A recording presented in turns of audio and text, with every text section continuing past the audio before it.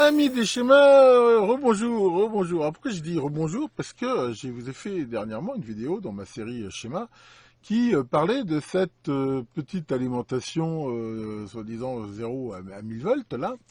Et il y a eu pas mal de réactions et de remarques qui sont pour moi tout à fait justifiées. Et c'est vrai qu'il y a des points sur lesquels j'aimerais finalement revenir pour corriger ou enrichir un petit peu mon propos. Alors déjà, il y a pas mal d'internautes qui ont remarqué que avec les valeurs données ici pour le 555, c'est vrai que je ne les ai pas du tout vérifiées, la fréquence de sortie ici serait pas du tout de 2 kHz, ça serait plus proche de, en théorie, dans les 140, 145 kHz, sachant que déjà à 555, voilà, on peut le faire marcher un peu vite comme ça, mais déjà il commence à avoir des perfs qui se dégradent un petit peu. Donc là, déjà, il y a forcément une erreur. Alors, où est l'erreur? Est-ce que les valeurs ici sont bonnes et la fréquence affichée ici est mauvaise ou lycée de Versailles? Moi, je pense en effet que c'est plutôt ici les composants. D'abord parce que, comme on va voir tout à l'heure, à 140 et quelques kHz, le transfo, à mon avis, il marche plus et même le 555. Mais enfin voilà, donc ça c'est vrai que j'étais un peu vite. J'ai vu ici un 555 monter en oscillateur, j'ai vraiment pas capté la valeur des composants. Donc là-dessus, déjà il y a une erreur. Et bon après, voilà, on peut refaire le calcul, hein, mais il faudrait changer au moins la valeur ici du condensateur pour avoir une vraie fréquence de 2 kHz. Donc ça c'est un premier point. Ensuite, il y a un autre internaute qui m'a dit que ce que j'avais fait la remarque au niveau du rapport de transformation disait que le transfo ici, il est censé donner 117 volts pour 6,3 volts, mais que moi j'avais raisonné 6,3 volts par enroulement, et certains m'ont dit bah, ça pourrait être en fait 6,3 volts les deux enroulements en série, et que chaque ferait 3,15. Alors, c'est pas vraiment clairement spécifié. Alors, c'est vrai que si on considère que ces deux enroulements de 3,15, bah, quelque part, ça double le rapport de transformation, et c'est vrai qu'on atteint plus la bonne valeur. Maintenant, honnêtement, j'ai quand même des doutes par rapport à ça. Pourquoi? Parce que d'abord, c'est pas tellement standard comme valeur. Puis en même temps, généralement quand même, quand c'est pas spécifié, si je dis un transfo 220 volts, 6 volts, et que je vois qu'il a deux enroulements de sortie comme ça, généralement, ça sera plutôt un 2 fois 6 volts qu'un 2 fois 3 volts. Donc, je reconnais que la pertinence de la remarque, hein, je critique pas, mais honnêtement, j'ai un petit peu de mal à croire que ce soit l'explication. En fait, l'explication, elle va venir, et on va le regarder plutôt en effet de la forme des signaux ici, qui sont des signaux rectangulaires et non pas sinusoïdaux. Je vous propose déjà de regarder un petit peu ça, et j'ai fait quelques mesures qui vont aller dans ce sens. Alors j'ai décidé de faire une petite manip hein, pour commencer à débroussailler un peu le truc. Donc j'ai pris un petit transfo, hein, c'est un transfo 220 12 volts 5 VA, donc c'est vraiment un petit transfo, mais qui est conçu pour le 50 Hz. Je lui ai mis derrière une charge réglable voilà, je peux faire varier en fait la charge. C'est simplement ce petit truc que je vous ai montré, c'est une petite résistance. Et j'ai branché ça sur mon générateur de fonction, donc qui a une impédance de sortie de 50 ohms, donc qui donne pas une puissance phénoménale, mais enfin, je pense que ça permet quand même d'avoir certains enseignements. Donc là, si je règle l'entrée pour avoir à peu près 1 volt, alors attention, hein, je suis au niveau du générateur, lui il me dit qu'il sort 2,4, mais ce qui est normal, hein, faut pas oublier que, je veux dire, l'impédance de sortie du générateur se met en série avec. Et là, on voit que j'ai une sortie sur le secondaire, hein, j'ai donc branché à l'envers, hein, je branche le générateur sur le secondaire normalement du transfo, c'est-à-dire on va dire le 12 volts, et je mesure ce que j'ai ici à la sortie avec une charge de 10 kΩ. Et là, on voit que je mesure donc 12 volts en sortie pour 1 volt en entrée. Si ici j'enlève la charge, alors on voit que ça augmente et ça passe à 18 volts. Donc déjà, on voit ce qui est tout à fait normal qu'en fonction de la charge, là je suis à vide, ça change totalement. Là par exemple, je suis en court-circuit, bah, on voit que la tension d'entrée baisse à quasiment de moitié et que bah voilà, il n'y a plus rien sorti, ce qui est tout à fait normal. Donc voilà pour ça. Donc ce qu'on va pouvoir voir maintenant, justement, c'est faire une petite vobulation pour regarder un petit peu comment ça se comporte en fréquence. Donc là, voilà une mesure intéressante, c'est, on va dire, une réponse en fréquence de ce transfo. Donc là, je fais quoi? J'ai fait une vobulation. Je vais varier la fréquence d'entrée de 50 Hz à 10 kHz. On va l'arrêter histoire d'avoir une image plus stable, voilà. Et qu'est-ce qu'on constate? On constate quelque chose qui est assez intéressant déjà, c'est que l'amplitude du signal d'entrée, hein, c'est toujours la voix sur l'entrée, elle a tendance à un moment donné à augmenter. Alors pourquoi elle augmente?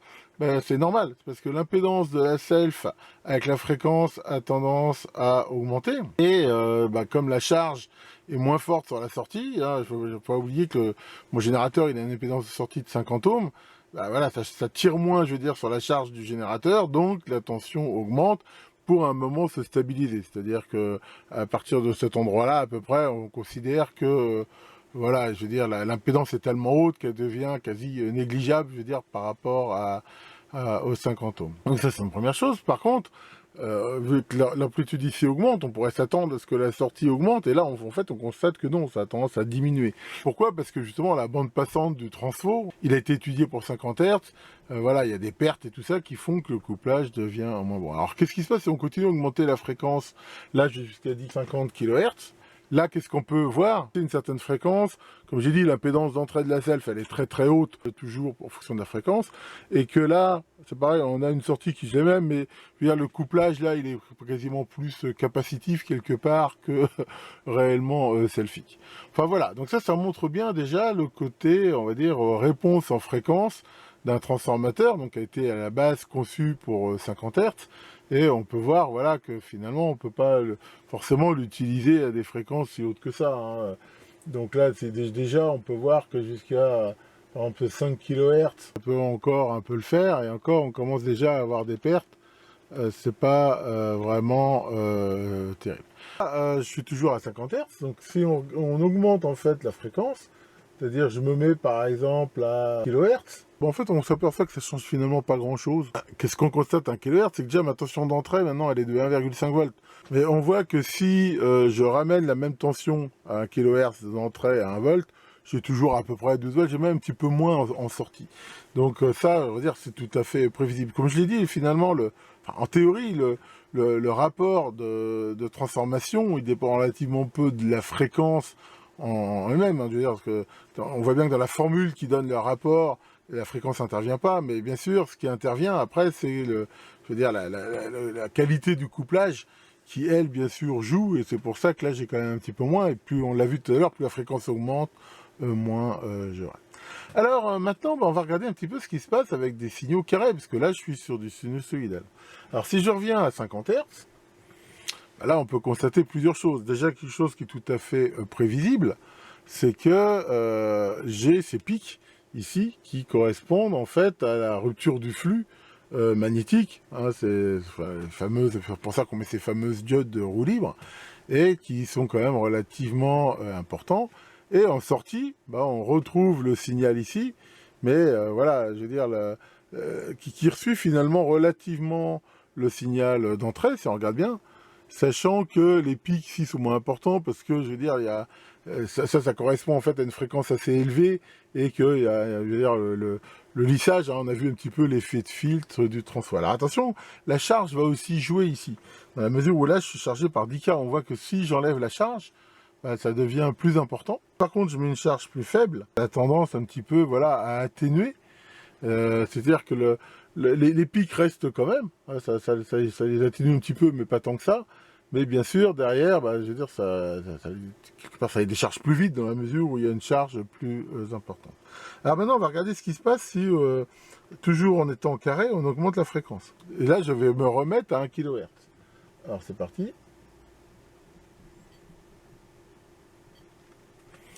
Voilà. Et là, qu'est-ce qu'on constate? On constate que les pics existent toujours, même s'ils sont un petit peu moins, on va dire, violents, mais on les a toujours.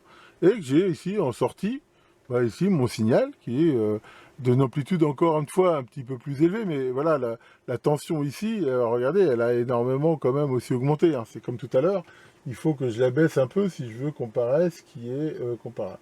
Ce qu'on peut en déduire, c'est que par rapport à mon explication de schéma, c'est vrai que le fait d'avoir des signaux carrés fait qu'on va avoir quand même des tensions de sortie plus importantes, le fait qu'on aura quand même ces pics, et que là, pour le coup, on peut peut-être en effet atteindre ces 1000 volts, mais ça montre aussi que, en effet, les surtensions ici Bon, elles sont pas super importantes, mais je veux dire, normalement, ça aurait été mieux de mettre des réseaux snubber en parallèle sur les enroulements de commandes, de façon à quand même essayer de limiter un peu ces pics. Mais d'un autre côté, si on les limite trop, on va aussi quand même un petit peu limiter la tension de sortie. Mais enfin bon, on aura quand même, encore une fois, ce qui va faire ici l'amplitude, c'est la vitesse un petit peu ici de variation de ces pics là. Voilà, donc comme on l'a vu, en effet, on risque d'avoir, avec des signaux carrés, des pics ici qui font que voilà, la tension, en fait, sera quand même un peu supérieure à ce qu'on peut attendre, ce qui peut éventuellement, je veux dire, en crête, faire que l'on atteigne les tensions dites. Alors, on peut voir, en effet, qu'il n'y a pas ici, il n'y a aucune protection, justement, parce qu'on va retrouver là les pics de commutation que j'ai vus. Alors, d'un autre côté, alors, le IRF 510, on regarde son datasheet, il tient 100 volts de tension à ses bornes, et c'est quand même relativement élevé. Je pense que ici, ça fonctionne du fait que voilà, ça atteint quand même pas cette limite. En même temps, si on commence ici justement à trop limiter ici ces surtensions, en mettant des diodes ou un snubber, on va les limiter un peu, mais si on les limite trop, on risque aussi de perdre justement cet avantage, comme on l'a vu, d'avoir cette différenciation, en fait, ce niveau de tension un petit peu plus haut en sortie. Ceci dit, ça serait quand même pas mal au moins de le limiter à une tension max. Donc on pourrait faire ça en effet avec un AVS, avec un snubber, enfin voilà, il y a différentes façons. Et voilà, comme on peut le voir, c'est quand même une explication intéressante. Alors, il y a un point qui a été soulevé par un internaute et qui est intéressant et qui, je pense, nécessite déjà un petit peu d'éclaircissement. Donc, il y a un internaute qui se présente comme quelqu'un qui est un professionnel dans les convertisseurs, qui dit que il y a quelque chose qui est pas bon sur ce schéma dans la mesure où il risque d'y avoir un déséquilibre de temps entre les temps de commutation sur cet enroulement-là et sur cet enroulement-là, et que ça peut causer des problèmes de saturation. Alors, pour bien comprendre pourquoi il y aurait ici de la saturation, c'est que normalement, un transfo, je rappelle que la variation de courant ici dans un bobinage fait varier le flux magnétique dans le transfo. Donc là, par exemple, quand il y a cet enroulement-là est sollicité, bah, ça va faire varier le flux dans un sens. Donc je rappelle que dans une self, c'est le courant. Hein, la self s'oppose au passage du courant et, je veux dire, emmagasine, on va dire, à du flux magnétique quelque part. Donc là, on emmagasine ce flux, et quand on passe à l'alternance suivante, bah, le flux s'inverse, fait cette variation qui derrière est retransformée en variation de courant par le secondaire. Alors ce qu'il faut comprendre, c'est que une tension alternative, normalement, la tension moyenne est nulle. C'est-à-dire, en gros, il y a une alternance positive, une alternance négative, mais la tension moyenne d'une tension alternative, normalement, elle est égale à zéro. Ça veut dire que le flux magnétique à l'intérieur de ce transfo, normalement, il est aussi égal à zéro, vu que, je veux dire, on l'a chargé autant dans un flux magnétique dans un sens que dans l'autre. Qu'est-ce qui se passe si je le charge plus dans un sens que dans l'autre? Bah, le problème, c'est qu'à bout d'un moment, il risque d'en rester un petit peu, et à force, le flux magnétique moyen va plus être nul. Et qu'est-ce ça risque de faire? Ben, ça veut dire qu'on va avoir une sorte d'offset qui va venir s'additionner au flux variable. Et qu'est-ce qui se passe? C'est que on peut à un moment donné atteindre ce qu'on appelle la saturation de la selle, c'est-à-dire que il y a cet offset de flux en plus additionné à la variation fait qu'on va atteindre la saturation. Je vous avais déjà expliqué ça et je vous avais montré comment on le mesurait éventuellement. Et une fois qu'une self est saturée, ça fait des tas de bêtises. Parce qu'une self saturée, bah, ça veut dire que quand il y a une variation de courant dans le bobinage, bah, elle ne se transforme pas du tout en variation de flux, c'est que le flux peut en accepter plus. Ça veut dire qu'à ce moment-là, bah, le bobinage, c'est plus du tout une bobine, c'est plus qu'un bout de fil. Et un bout de fil dont la résistance est la résistance du fil, qui est très faible. Hein, la résistance de bobinage ici, c'est peut-être 1 ohm ou 2 maximum, quoi. À ce moment-là, bien sûr, le courant qui va passer dans le MOSFET, là, il va devenir complètement, bien supérieur à ce qu'il est normalement, et ça peut cramer. Hein. Honnêtement, je veux dire, le nombre de transistors cramés et de problèmes dus à des selfs qui saturent, c'est assez important, et donc c'est quelque chose qu'on essaye toujours d'éviter par différents systèmes, bien que je vous avais montré ça aussi dans une vidéo, dans certains cas on l'exploite cette possibilité de saturation. Et donc, enfin voilà, donc ça c'est un problème. Et donc l'internaute me disait que ici on ferait mieux de mettre là une bascule D qui ferait des temps, je veux dire, a priori plus égaux. Alors déjà, pourquoi ici les temps ne seraient pas égaux? Les temps ne seraient pas égaux à cause éventuellement d'offset entre les comparateurs. Ah oui, parce qu'on voit qu'ici il y a cette inversion, mais voilà, en théorie, si les deux comparateurs ici sont pile poil pareils, bah, les temps seront égaux. Là, ils risquent d'être un tout petit peu différents. Mais ils sont quand même très peu différents. Encore une fois, le duty cycle ici du 555, on s'en fout. Parce que, je veux dire, le signal est inversé. Donc, même si il fait que 1 milliseconde sur 50 à chaque fois, c'est pas très grave dans la mesure où ça sera symétrique. C'est le risque ici de désymétrie. Alors, de toute façon, de la désymétrie, il y en a toujours. Déjà, je pense quand même qu'avec des comparateurs rapides comme ça, parce que c'est quand même des comparateurs relativement rapides, les 339 par rapport à des kHz, le décalage, s'il y en a un, il serait quand même relativement faible. Alors c'est vrai que si on met une bascule MOS, il sera encore un peu plus faible, bien que, pareil, il n'y a pas une symétrie absolument parfaite, il n'y a jamais rien de parfait, puis en même temps, voilà, les transistors ici, ils sont pas non plus parfaits. Même ici, en mettant une bascule, il y aura toujours un petit décalage, même au niveau de la charge. La charge, elle n'est pas forcément symétrique et tout. Alors, c'est vrai que ce décalage, et ce risque, il existe quand même, et il est à mitiger en fonction de plein de paramètres qui sont différents. C'est-à-dire, en gros, quelle est la fréquence de fonctionnement, quelle est la qualité ici, parce qu'il y a toujours de la perte dans le transfo. Et bah, voilà, il y a des montages sur lesquels, je veux dire, c'est un problème qui va exister, mais qui, je veux dire, on n'arrivera même pas à la saturation à cause des pertes et surtout de la vitesse où ça commute. Sur des circuits ici où on va avoir des bobines, des transfos qui sont très performants pour avoir peu de pertes, des circuits qui sont très rapides, cela pour le coup, ça peut tout à fait arriver.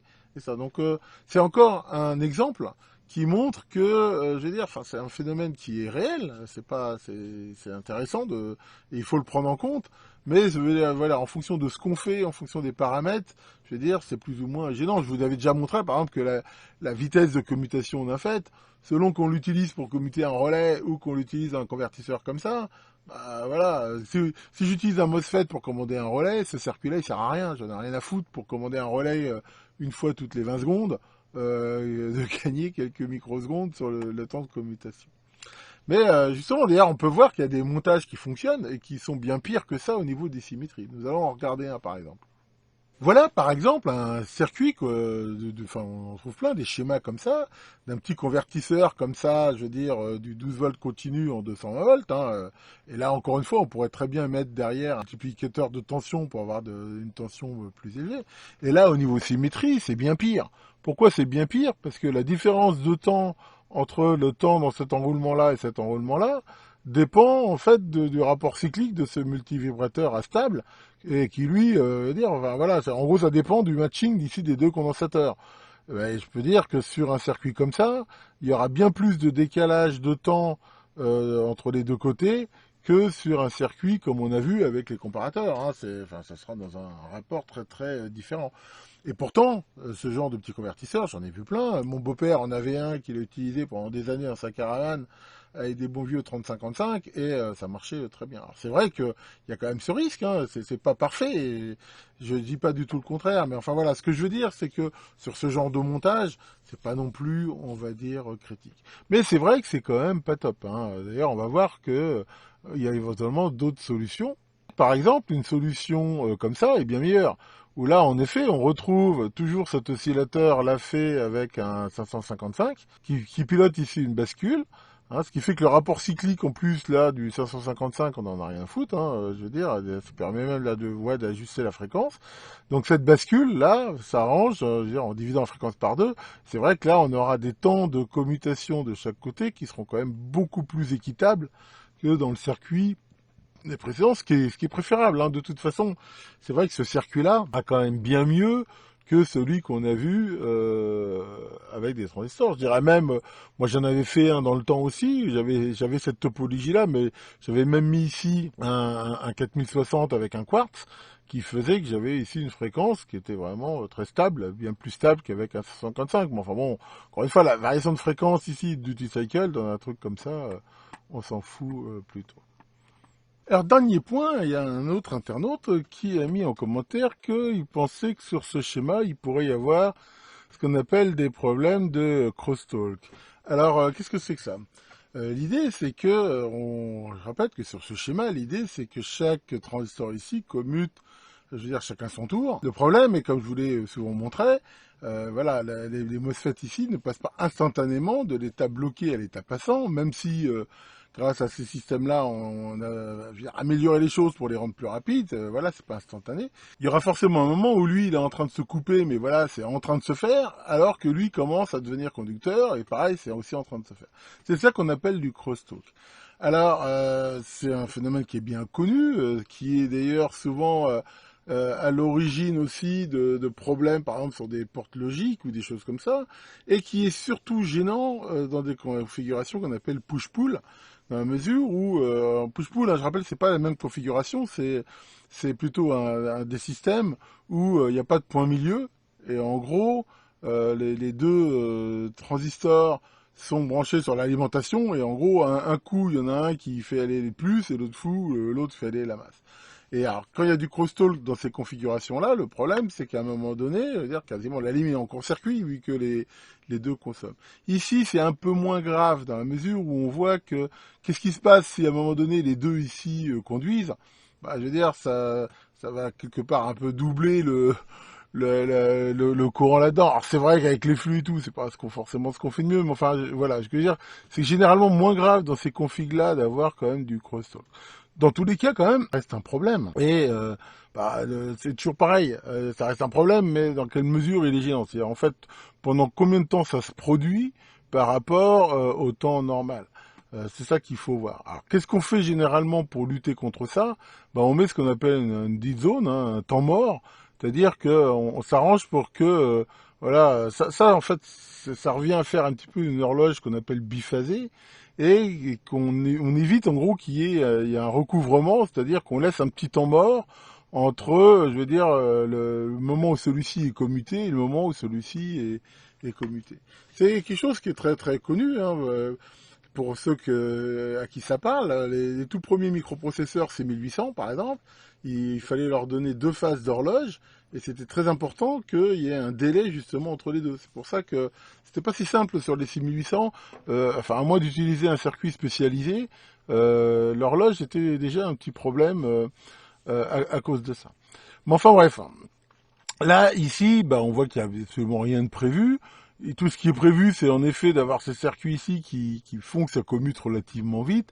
Mais c'est sûr que ça arrivera, enfin ça arrive forcément. Et ça veut dire que là, par exemple, à un moment donné, on aurait sans doute peut-être des petits pics de courant à mesure où de temps en temps, bah, les deux commutent. Enfin voilà, c'est toujours pareil. Comme pour le problème précédent, ces problèmes-là, bah, il est important de les avoir en tête. Mais il faut regarder si à un moment donné, ils sont acceptables ou pas et quelles sont les conséquences. C'est vrai que on aurait très bien pu rajouter ça, mais bah, c'est pareil, ça va compliquer. Bah, voilà, on voit que sur un schéma comme ça, bah, on pourrait y passer des heures en fait, hein, pour chaque partie, voir les potentiels problèmes, voir ce qu'on pourrait améliorer.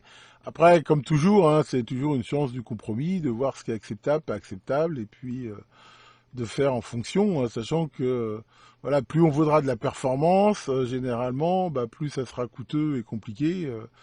C'est toujours le même truc, hein, je vous l'ai déjà dit. Hein. Dans la vie, quoi que ce soit on peut l'avoir vite, soit on peut l'avoir pas cher, soit on peut l'avoir bien. Mais jamais les trois à la fois. Donc il faut bien réfléchir à ça. Voilà, j'espère que ces précisions vous auront intéressé, et je remercie tous les internautes qui ont mis des commentaires. Personnellement, hein, j'apprécie énormément d'avoir des commentaires bienveillants et constructifs sur mes vidéos. Alors attention, ce que j'entends par bienveillant, c'est pas forcément d'être d'accord avec moi, hein, je demande surtout pas ça, au contraire, hein, je veux dire, et moi j'ai aucun problème avec quelqu'un qui me dit là tu t'es trompé, t'as fait une erreur, t'as oublié de dire ça et tout, au contraire, je veux dire ça. Voilà, ça je veux dire, le côté bienveillant, c'est que ça se dit gentiment. Je veux dire, le commentaire, genre t'es un gros con, tu racontes n'importe quoi, c'est pas vraiment constructif et c'est pas vraiment bienveillant. Par contre, me dire, tiens bah là, t'as oublié de dire ça, comme là par exemple sur la fréquence du 555 où t'aurais pu parler de ça tout. Ça, voilà, moi ça me va très bien. L'idée c'est d'être poli. Hein. c'est au contraire, hein, je veux dire, pour moi, c'est comme ça qu'on avance. En même temps, voilà, j'ai certainement pas la science infuse. Il y a des tas de choses que je sais pas. Il y a des tas de choses que j'ai su que j'ai peut-être un peu oublié. Il y a aussi des fois simplement des choses que je sais et puis je me trompe parce que bah, voilà, comme tout le monde. Être à fond 100% faire jamais d'erreur, bah, c'est peut-être bien pour Superman, mais c'est pas mon cas.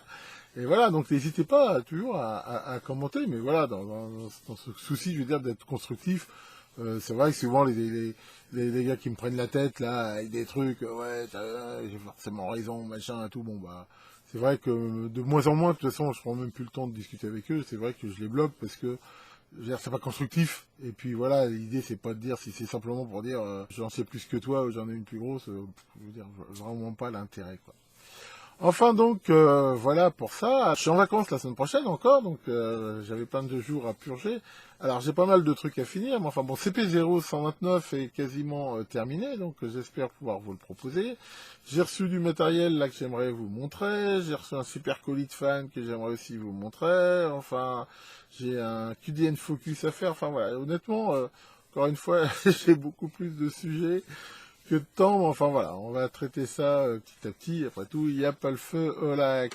Tiens Maurice, ah, alors toi l'autre fois tu m'as vu dans la salle de bain pendant que je me pesais, t'as vu que je rentrais mon ventre, et que je suis complètement con parce que c'est pas ça qui me fera maigrir. Non, mais ça me permet quand même de voir le cadran de la balance. Le grand Tyrannos, le dieu de la foudre, là ça pète un peu partout, je vous épargne, et à très bientôt pour de nouvelles vidéos.